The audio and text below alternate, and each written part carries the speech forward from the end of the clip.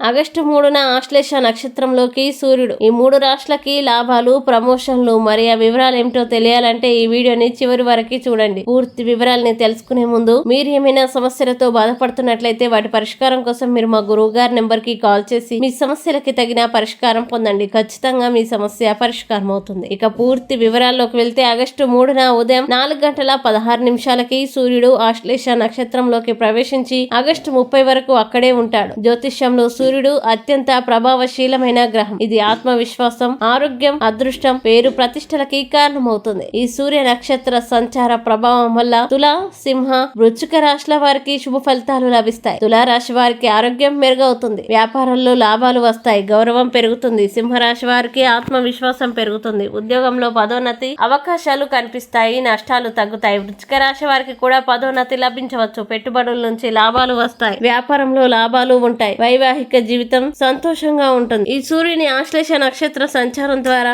ఈ 3 రాష్ట్రాల వారికి ఆర్థికంగా, వ్యక్తిగతంగా మంచి సమయం ఉంది. ఈ వీడియో మీకు నచ్చినట్లయితే లైక్ చేయండి, షేర్ చేయండి. ఇలాంటి మరిన్ని వీడియోల కోసం మా ఛానల్ ఇప్పుడే సబ్స్క్రైబ్ చేయండి.